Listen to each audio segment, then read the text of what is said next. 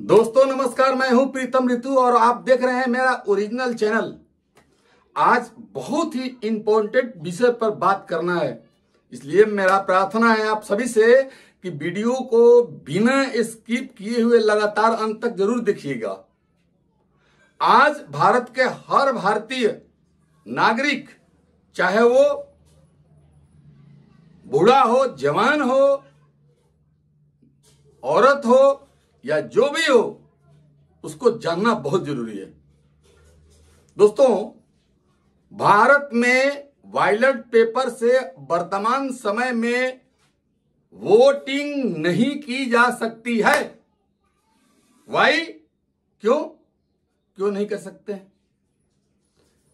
सारे विपक्षियों का मांग है कि भारत में वोटिंग जो है वो बैलेट पेपर से कराया जाए। आप गौर करिए दोस्तों, इस्लामिक 57 मुल्क है, अगर 57 मुल्क की आबादी जोड़ दी जाए तब भी एक हिंदुस्तान के बराबर नहीं हो सकता है। जिस समय 30 करोड़, 35 करोड़, 40 करोड़ आबादी हुआ करती थी हिंदुस्तान की, उस समय अपने यहां बैलेट पेपर से चुनाव होता था। इसके अलावा एक और इंपॉर्टेंट बात है कि बैलेट पेपर से चुनाव कराने में और ईवीएम से चुनाव कराने में 6 गुना कीमत का अंतर है। अगर बैलेट पेपर से चुनाव होता है तो 6 रुपया लगेगा, वही ईवीएम से होगा तो 1 रुपया लगेगा। इतना का डिफरेंस है। दूसरी बात है, 140 करोड़, लगभग 150 करोड़ भारत की आबादी है। अमेरिका में बहुत विपक्षी दल के नेता बेवकूफ जो है, जो चमचे हैं, जिनको जानकारी नहीं है, वो हमेशा हल्ला करते हैं। अमेरिका में, इटली में, फलाना में, ठिकाना में ईवीएम से नहीं होता है चुनाव, होता है बैलेट पेपर से होता है, तो अपने यहां क्यों नहीं हो सकता? अमेरिका की कुल आबादी बराबर भारत में केवल यूपी की आबादी है। तो एक छोटा मुल्क अमेरिका की जितनी आबादी है उतना तो केवल यूपी का आबादी है हमारी, तो हम इस काम को नहीं कर पाएंगे। दूसरी बात जो बहुत इंपॉर्टेंट है, बहुत राहुल गांधी से लेकर बड़े बड़े कई लीडर ने यह आरोप लगाया कि भारतीय जनता पार्टी ईवीएम को हैक कर लेती है और तब चुनाव जीत जाती है। मैच फिक्सिंग शब्द सुना है आपने? सुना है? जब बेईमानी से एम्पायर पर दबाव डालकर प्लेयर को खरीदकर, कैप्टन को डराकर मैच जीता जाता है। क्रिकेट में उसको मैच फिक्सिंग कहा जाता है। अंपायर किसने चुने? नरेंद्र मोदी ने। नरेंद्र मोदी जी इस चुनाव में मैच फिक्सिंग करने की कोशिश कर रहे हैं। ये बिना ईवीएम के, बिना मैच फिक्सिंग के, बिना सोशल मीडिया और प्रेस पर दबाव डालकर, खरीदकर, ये पूरी की पूरी मैच फिक्सिंग करने की कोशिश की जा रही है। और ये मैच फिक्सिंग सिर्फ नरेंद्र मोदी नहीं कर रहे हैं। ये मैच फिक्सिंग नरेंद्र मोदी और हिंदुस्तान के 3-4 सबसे बड़े अरबपति मिलकर कर रहे हैं। जबकि दोस्तों ऐसा कोई बात नहीं है। किसी भी डिवाइस को हैक करने के लिए 3-4 बातें जरूरी होती है। उसे इंटरनेट से कनेक्टेड होना चाहिए, उसके पास ब्लूटूथ होना चाहिए, या फिर वाईफाई होना चाहिए, हॉटस्पॉट होना चाहिए, या फिर किसी ना किसी ऐसे एप्लीकेशन की जरूरत पड़ेगी जिससे उसे टेम्परिंग किया जा सके। तो किसी भी एप्लीकेशन को डाउनलोड करने के लिए उसमें स्टोर होना चाहिए, प्ले स्टोर होना चाहिए। ईवीएम का मैंने बड़ी बारीकी से अध्ययन किया हुआ है। मैं आपको बता रहा हूं कि ईवीएम में कोई ऐसा गैजेट नहीं है, कोई स्टोर नहीं है, कोई एप्लीकेशन आप उसमें इंस्टॉल नहीं कर सकते हैं। जब आप कोई एप्लीकेशन इंस्टॉल नहीं कर सकते हैं, ब्लूटूथ से कनेक्ट नहीं हो सकता है, वाईफाई से कनेक्ट नहीं हो सकता है, इंटरनेट से कनेक्ट नहीं हो सकता है, तो ईवीएम को हैक कैसे किया जा सकता है? इसीलिए इलेक्शन कमीशन ने सभी विरोधी राजनीतिक पार्टियों को चैलेंज किया, कई बार चैलेंज किया कि तुम विश्व के किसी भी आदमी को बुलाओ, किसी साइंटिस्ट को बुलाओ जो उसको एक्सपर्ट हो ईवीएम का, उसको बुलाओ, मैन्युफैक्चरर को बुलाओ, किसी को बुलाओ और हमारे सामने ईवीएम को हैक करके दिखाओ।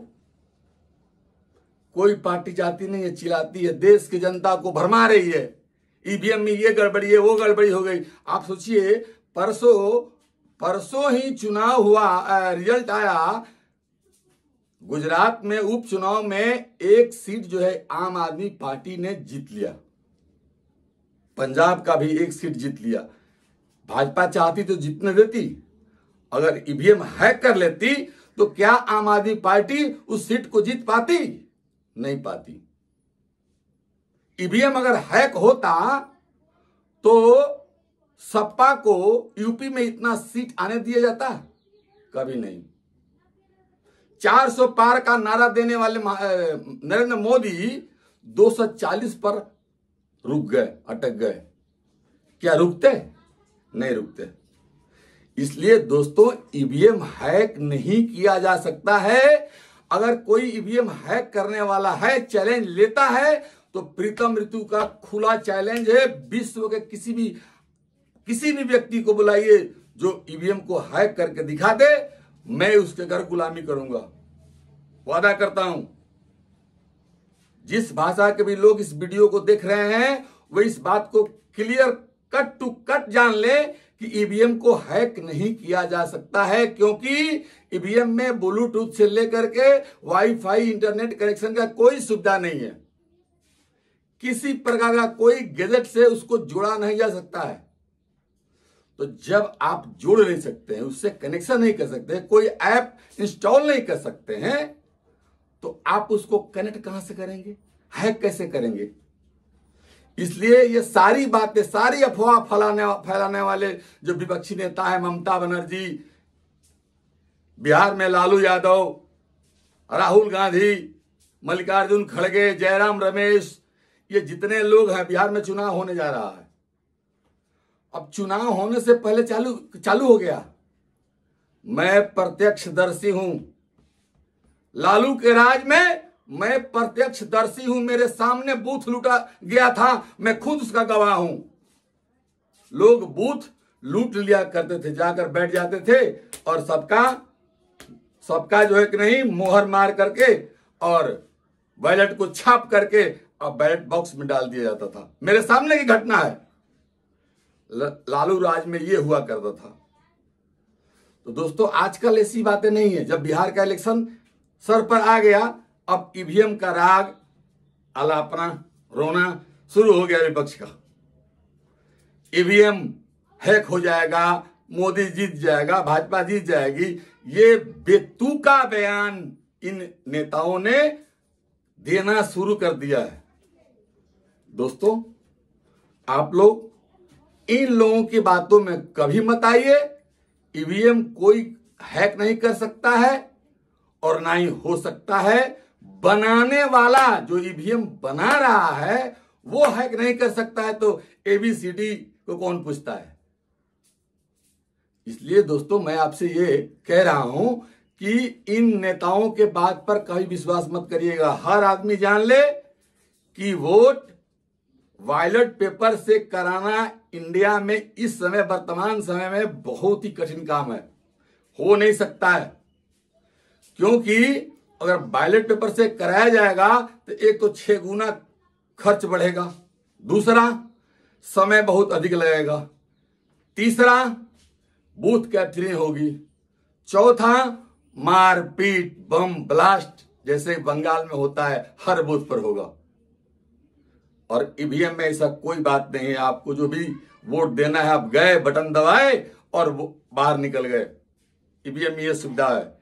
इसलिए इलेक्शन कमीशन किसी भी कीमत पर बैलेट पेपर से चुनाव नहीं होने देगा। ये बात सुप्रीम कोर्ट भी समझ रहा है, इसलिए इन लोगों की बातों पर मत जाइएगा। आप लोग याद रखिएगा, ईवीएम को हैक नहीं किया जा सकता है।